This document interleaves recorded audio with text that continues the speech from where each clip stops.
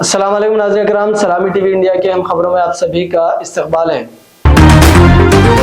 تلنگانہ میں پارٹی تبدیل کرنے والے 10 ارکان اسمبلی کو اسمبلی کے سیکریٹری کی نوٹس۔ تلنگانہ میں پارٹی بدلنے والے ایم ایل اے کے معاملے میں ایک اہم پیش رفت سامنے آیا ہے۔ بی آر ایس سے منتخب ہو کر کانگریس پارٹی میں شامل ہونے والے 10 ایم ایل اے کو آج تلنگانہ اسمبلی کے سیکریٹری کی جانب سے نوٹس جاری کی گئی۔ نوٹس میں ان سے پوچھا گیا کہ انہوں نے پارٹی کیوں بدلی، کیا وہ پارٹی مخالف سرگرمیوں میں ملوث ہے۔ انہیں تحریری طور پر جواب دینے کی ہدایت دی گئی۔ بی آر ایس نے ان ایم ایل اے کی نااہلی کے لیے سپریم کورٹ میں درخواست دائر کی ہے۔ پارٹی بدلنے والے ایم ایل اے میں دانم ناگیندر، تیلم وینکٹ راؤ، کاڈیم سری ہری کے خلاف سب سے پہلے P R S M L A Kaushik Reddy نے درخواست دی تھی۔ بعد میں بی آر ایس کے قائدین پوچارم سرینواس ریڈی، بانڈلا کرشنا موہن ریڈی، کالے یادیا، ٹی پرکاش گوڑ، اریگا پوڈی گاندھی، گوڈم مہیبال ریڈی اور ایم سنجے کمار کے خلاف بھی نااہلی کی درخواست دائر کی گئی۔ بی آر ایس کے ورکنگ صدر نے تلنگانہ اسمبلی اسپیکر پر الزام لگایا ہے کہ وہ ان درخواستوں پر فیصلہ لینے میں تاخیر کر رہے ہیں، جس پر سپریم کورٹ نے پیر کو اس کیس کی سماعت کرتے ہوئے اسمبلی کے سیکریٹری کو ہدایت دی تھی کہ وہ پارٹی تبدیل کرنے والے ایم ایل اے کو نوٹس جاری کرتے ہوئے ان سے وضاحت طلب کریں۔ پولیس نے ماں اور 3 کمسن بچوں کی بچائی جان۔ حیدرآباد کے پرانے شہر میں واقعہ پیش آیا۔ حیدرآباد کی بھوانی نگر پولیس نے خاتون اور 3 لڑکیوں کو بچا لیا جو خودکشی کی غرض سے ڈنڈی پروجیکٹ کے سمت جا رہی تھی۔ 2 فروری کو رحمت بیگم نامی خاتون نے شکایت درج کروائی کہ ان کی بیٹی الفت نازنین ساکن تالاب کٹا اپنے شوہر مفید ابراہیم کے ساتھ گھریلو جھگڑے کے بعد اپنی 3 بیٹیوں کے ہمراہ لاپتہ ہو گئی ہے۔ پولیس کے مطابق الفت نازنین اپنے شوہر سے جاری تنازعات سے پریشان تھی اور اس نے اپنے والدہ کو فون پر بتایا تھا کہ وہ گھر چھوڑ کر جا رہی ہے۔ فکر مند رحمت بیگم اپنے شوہر اور بیٹے کے ہمراہ بیٹی کے گھر پہنچی، جہاں انہیں معلوم ہوا کہ الفت نازنین اور اس کی 3 بیٹیاں بھی لاپتہ ہیں۔ الفت نازنین اپنے بچوں کے ساتھ لے کر گھر سے چلی گئی تھی۔ فوری طور پر بھوانی نگر پولیس اسٹیشن میں گمشدگی کی شکایت درج کروائی گئی۔ تحقیقات کا آغاز ایس ایچ او ایم بالا سوامی کی نگرانی میں کیا گیا۔ گمشدہ افراد کی تلاش کرنے کے لیے خصوصی ٹیم تشکیل دی گئی، جس کی قیادت سب انسپکٹر کے شیو کمار کر رہے تھے۔ بروقت اور حکمت عملی سے کی جانے والی کوششوں کے نتیجے میں یہ معلوم ہوا کہ الفت نازنین اور اس کی 3 بیٹیاں بذریعہ بس خودکشی کے مقصد سے ڈنڈی پروجیکٹ کی طرف جا رہے تھے۔ بھوانی نگر پولیس نے ڈنڈی آمنگل اور کندکور پولیس اسٹیشن کے حکام کو فوری طور پر اطلاع دی اور خاتون کے رشتہ داروں کے ساتھ ہم آہنگی کی۔ پولیس کی 1 گھنٹے کے اندر آمنگل بس اسٹیشن پر خاتون اور ان کے بچوں کا پتہ لگا لیا۔ پولیس نے ان کی محفوظ واپسی کو یقینی بنایا اور انہیں بھوانی نگر پولیس اسٹیشن منتقل کیا گیا، جہاں خاتون کی کاؤنسلنگ کی گئی اور پھر انہیں ان کے خاندان کے حوالے کر دیا گیا۔ تلنگانہ کے جگتیال ضلع میں پیش آئے خوفناک سڑک حادثے میں خاتون سب انسپکٹر کی موت واقع ہو گئی۔ سب انسپکٹر شویتا، جو D C R B Jagtial میں خدمات انجام دے رہی تھی، اپنی کار میں گولا پلی سے جگتیال کی طرف آ رہی تھی۔ چلوارا کو روڈ کے قریب ان کی گاڑی اچانک سامنے سے آنے والی بائک سے بچنے کی کوشش میں ایک درخت سے ٹکرا گئی۔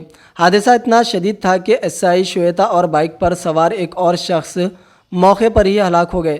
حادثے کی اطلاع ملتے ہی پولیس اور مقامی افراد جائے واقعے پر پہنچے۔ نعشوں کو پوسٹ مارٹم کے لیے جگتیال کے سرکاری اسپتال منتقل کر دیا گیا۔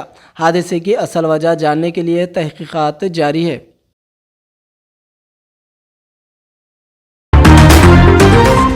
کرناٹک کے کولار میں ایک ریلوے اسٹیشن پر ٹرین کی بجائے کار دیکھی گئی۔ خوش قسمتی سے جب یہ گاڑی پلیٹ فارم میں داخل ہوئی تو کسی ٹرین کے آنے کا وقت نہیں تھا، جس کی وجہ سے ایک بڑا حادثہ ہونے سے ٹل گیا۔ کار ڈرائیور نشے میں تھا، جس کی وجہ سے وہ اپنا توازن کھو بیٹھا اور کار سیدھی ریلوے ٹریک پر جا گری۔ ایک شخص نے شراب کے نشے میں دھت ہو کر اپنی کار ریلوے اسٹیشن کے اندر گھسا دی۔ پہلے وہ ماروتی سوئفٹ ڈیزائر کار میں ریلوے اسٹیشن پہنچے، اس کے بعد اس نے گاڑی کو سیڑھیوں سے نیچے ریلوے ٹکٹ کاؤنٹر کے عین سامنے اتارا اور سیدھا ریلوے پلیٹ فارم پر چلا گیا۔ ڈرائیور گاڑی پر توازن کھو بیٹھا تھا، تاہم ٹرین ریلوے ٹریک پر رک گئی تھی۔ یہ دیکھ کر آس پاس لوگوں کی بھیڑ جمع ہو گئی۔ کار ڈرائیور کا نام راکیش ہے اور جو کار لے کر ریلوے اسٹیشن آیا تھا اس نے بہت زیادہ شراب پی رکھی تھی۔ وہ اپنے ہوش و حواس میں بھی نہیں تھا، اس لیے وہ گاڑی کو بھی کنٹرول نہیں کر پا رہا تھا۔ ٹیکال ریلوے اسٹیشن پر بہت سی ٹرینیں آتی ہیں اور روزانہ آتی رہتی ہے۔ ایسے میں اگر حادثے کے وقت ٹرین پٹری سے گزر رہی ہوتی تو کوئی بڑا حادثہ پیش آ سکتا تھا، تاہم کوئی ٹرین نہیں آئی اور حادثے بڑا ہونے سے ٹل گیا، اور راکیش کے خلاف پولیس نے ایک مقدمہ بھی درج کر لیا ہے۔ ہر سال دنیا بھر میں 14 فروری کو محبت کا دن یعنی ویلنٹائن ڈے منایا جاتا ہے، تاہم ایک ملک میں اس دن شادی کے لیے پرپوز کرنے پر جیل ہو سکتی ہے۔ قمری سال کا دوسرا مہینہ فروری سے شروع ہو چکا ہے۔ اس ماہ کی 14 تاریخ کو دنیا بھر میں ویلنٹائن ڈے محبت کا دن منایا جاتا ہے۔ اس موقع پر بالخصوص نوجوان جوڑے ایک دوسرے کو سرخ گلاب اور دیگر تحائف دیتے ہیں اور کئی منچلے پرپوز کر کے نئی زندگی کی شروعات بھی کرتے ہیں۔ اسلامی اقدار کے خلاف ہونے کے باعث بیشتر اسلامی ممالک سمیت قدامت پسند حلقوں میں بھی اس دن کو پسندگی سے نگاہ سے نہیں دیکھا جاتا، تاہم ایک ملک ایسا ہے جہاں حکومت نے سرکاری طور پر اس دن کے منانے پر پابندی عائد کی ہوئی ہے۔ غیر ملکی میڈیا کے مطابق ملائیشیا کی حکومت نے سرکاری طور پر اس دن کے منانے پر پابندی لگا دی ہے۔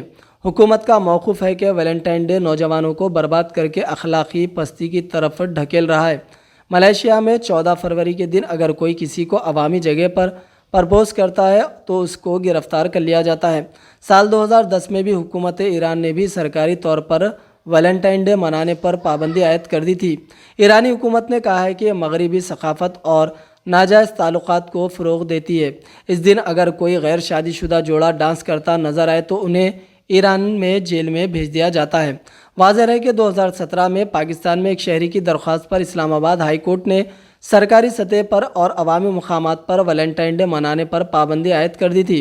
اس کے علاوہ سعودی عرب، ازبکستان سمیت دیگر کچھ ممالک میں بھی ویلنٹائن ڈے سرکاری طور پر نہیں منایا جاتا۔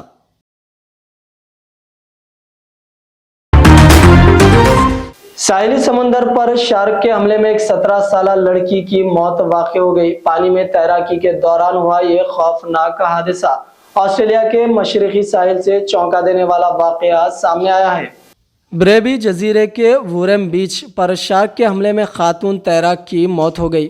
واقعے کے بعد شام 5 بجے کے قریب برسبین سے تقریباً 80 کلومیٹر 50 میل شمال میں واقع علاقے میں ہنگامی عملے کو بلا لیا گیا۔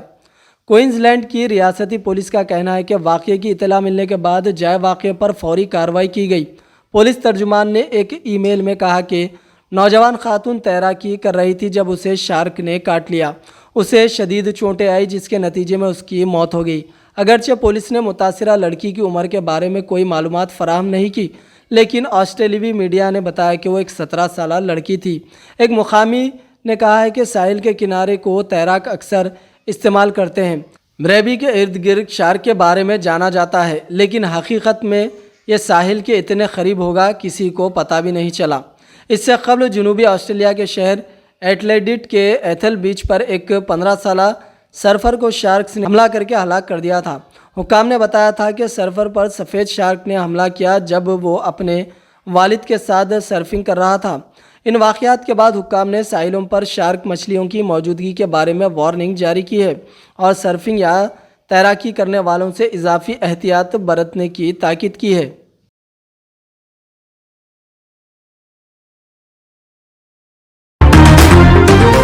تو ناظرین کرام، یہ تھی سلامی ٹی وی انڈیا کی اہم خبریں۔ دیجیے آپ کے دوست اظہر خان کو اجازت۔ اللہ حافظ۔